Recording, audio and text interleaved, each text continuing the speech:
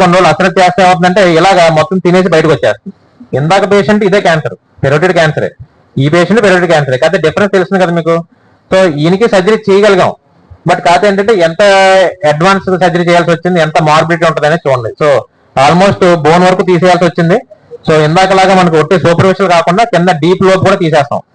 అదే విధంగా ఆ తీసిన ఏరియా అంతా మనం రీకన్స్ట్రక్షన్ చేయాలి. సో పేషెంట్ యొక్క చర్మం నుంచే, అంటే చేతి దగ్గర నుంచి కండ తీసి రీకన్స్ట్రక్షన్, అంటే ఇది నేను ప్లాస్టిక్ సర్జన్ ఇద్దరు కలిపి చేయాల్సిన సర్జరీ, నేను ఒక్కనే చేసేది కాదు.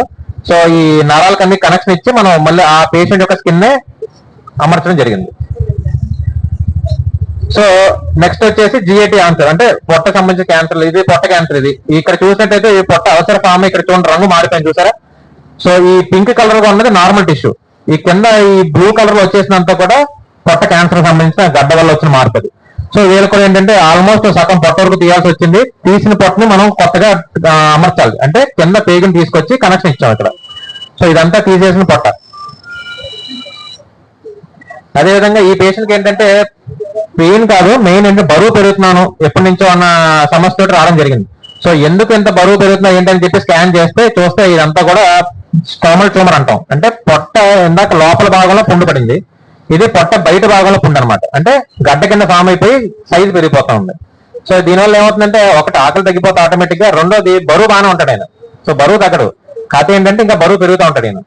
సో ఆల్మోస్ట్ చూసినట్టయితే ఆల్మోస్ట్ 15 కేజీలు గడ్డ ఇది. సో గడ్డ ఎక్కడ పగలకుండా మొత్తం ఇంటాక్ట్ నరాలు కట్ అవ్వకుండా తీసేసాము. అండ్ ఆల్మోస్ట్ తీసినప్పుడు ఇంటి స్టేజ్ మీద అంటే ఆన్ టేబుల్ మీకు ఆ డిఫరెన్స్ తెలుస్తుంది, పొట్ట ఎంత లోపలికి వెళ్ళిపోయిందో.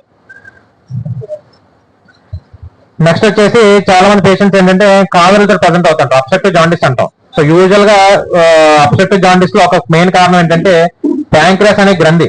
సో గాల్ బ్లాడర్ కింద వచ్చే ప్యాంక్రియాస్ అనే గ్రంథి ఏదైతే ఉంటుందో, గ్రంథి నుంచి రావాల్సిన ట్యూబ్ కామన్ బైల్ డక్ట్ అంటాం, ఆ ట్యూబ్స్ బ్లాక్ అయిపోతా ఉంటాయి క్యాన్సర్ గట్ట వల్ల. So head of pancreas lesions కానీ ఇలాంటి వాటిలో ఏమవుతుంది, ట్యూబ్ బ్లాక్ అయిపోతే మనకు జ్యూస్ అనేది బైల్ జ్యూస్ అనేది కిందకి రాకపోవడం మూలంగా పైకి మళ్ళీ వెనక్కి బ్లడ్ లో కలిసిపోతుంది, లివర్కి వెళ్ళి లివర్ నుంచి మళ్ళీ బ్లడ్ లో కలిసిపోతుంది. సో దానివల్ల మళ్ళీ కావర్లు వస్తుంటాయి వాళ్ళకి. సో కావర్లు వచ్చినప్పుడు యూజువల్ గా రంగు ఆల్రెడీ తెలిసిందే, ఎల్లోయిష్ కలర్ అయిపోతుంటాయి, స్క్లేరా కూడా రంగు మారిపోతుంది, స్కిన్ రంగు మారిపోతుంది, దురదలు వస్తూ ఉంటాయి, ఫీవర్స్, వామిటింగ్స్, ఇంక ఇవన్నీ తెలిసినాయి. సో ఈ సిమ్టమ్స్ వచ్చినప్పుడు ఏంటంటే మనం ఎండోస్కోపీ చేసి ముందు కావిల్ని కంట్రోల్ చేసుకోవాలి ఫస్ట్. సో ఆ టైంలో మన దగ్గర మనం ఏంటంటే ఇక్కడ చూసినట్టయితే ఇది స్టంట్.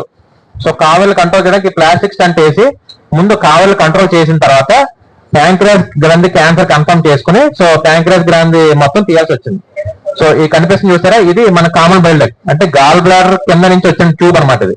సో దాని లోపల వేసిన స్టంట్ తో పాటు ఈ పక్కన చూస్తే ఇది గాల్ బ్లాడర్, ఈ చిన్న పేగు డియోడ్నం అంటాం, డియోడ్నము దాని మధ్యలో కూర్చున్న హెడ్ ఆఫ్ ప్యాంక్రియాస్, అంటే ప్యాంక్రియాస్ గ్రంథి మొత్తం తీయాల్సిన అవసరం లేదు, దాని యొక్క తల భాగం వరకు తీసేసాం. సో ఉన్నట్లో ఆల్మోస్ట్ ఇదే మనకి major surgery, almost 6 to 8 hours పడుతుంది సర్జరీ, ఎందుకంటే 3 చోట్ల మనం దారి తయారు చేయాల్సి వస్తుంది. సో నెక్స్ట్ వచ్చేసేసి మోషన్ పేగులో క్యాన్సర్. సో మోషన్ పేగులో యూజువల్ గా ఏంటంటే మనకి పేషెంట్ సిమ్టమ్స్ ఏముంటాయి, బ్లడ్ లో మోషన్కి వెళ్ళినప్పుడు బ్లడ్ పడుతుందండి, రెండోది మోషన్ తరచూ వెళ్లాల్సి వస్తుంది, అంటే ఎక్కువ సార్లు వెళ్లాల్సి వస్తుంది మోషన్ అంటాడు. సో మెయిన్ ఏమవుతా ఉంటుంది అంటే ఆ పుండు పడిపోయినప్పుడు మనకి ఆ గడ్డంతా కూడా కరిగిపోయి గుజ్జు కింద ఫామ్ అయ్యి అదే మోషన్ కింద అనుకుంటాడు పేషెంట్. సో ప్రాపర్ మోషన్ ఒకసారి అయినా మిగిలిన ప్రతిసారి అయ్యేదంతా కూడా ఆ గుజ్జే కరిగి బయటకు వస్తూ ఉంటుంది. సో ఈ పేషెంట్ కి ఏంటంటే చూసినట్టయితే మనం కొంచెం అడ్వాన్స్ స్టేజ్ లో రావడం జరిగింది. సో దానివల్ల ఏంటంటే కింద పైన అంతా కూడా మనం క్లియర్ చేసి పొట్ట దగ్గర కింద మోషన్కి వెళ్ళే ఏరియా దగ్గర నుంచి కూడా మొత్తం పేగును బయటికి తీయాల్సి వచ్చింది. సో ఇప్పుడు నేను కింద చేస్తున్నంత కూడా ఆ పేగును కదిలించినంత కూడా తీసేస్తున్నాం ఏమండి. సో ఇదంతా కూడా పైన ఆల్రెడీ పైన ఓపెన్ చేసి పైన అంతా క్లియర్ చేసేసిన తర్వాత కింద నుంచి కింద భాగంతో పాటు మొత్తం తీసేస్తాం. సో దీనివల్ల ఏంటంటే ఇబ్బంది, పేషెంట్ కి జీవితకాలం మోషన్ అనేది బ్యాగ్ వేసుకుని ఉండాల్సి వస్తుంది. సో కోలాస్టమీ అంటే అది ఇబ్బంది అని నన్ను ఆ స్టేజ్కి వెళ్తే ఇదే ఒకటి వాళ్ళకి మెయిన్ క్వాలిటీ ఆఫ్ లైఫ్ వచ్చేది. ఎందుకంటే ఆ పేగు తీయలేకపోతే మాత్రం ఆ నొప్పి కానీ స్ప్రెడ్ అయిపోయిన తర్వాత ఏం చేయలేం, ఇది పెట్టిన ఉపయోగం లేకుండా అయిపోతుంది. అదే కనుక కొంచెం ఎర్లీ స్టేజ్ వచ్చారనుకోండి, అదే క్యాన్సర్ పేషెంట్ ఎర్లీ స్టేజ్ వచ్చినట్టయితే మనం ఏం చేస్తాం అంటే సేమ్ కింద నుంచి మనం మెషిన్ పెట్టి ఈ సర్కులర్ స్టేప్లర్స్ అంటాం, ఇది కాంటూర్ స్టేప్లర్ అంటాం, ఈ రెండు వాడి ఇక్కడ చూసినట్టయితే ఈ మంచి పేగుని కిందగా ఉన్న మంచి పేగుని రెండింటికి జాయిన్ చేసేస్తాం. ఎందుకంటే ఆ రెక్టల్ ఏరియాలో మనకి చేతులు అనేది తిరగవు, ఇన్స్ట్రుమెంట్స్ వేసి మనం కుట్టేయడం అనేది అవ్వదు.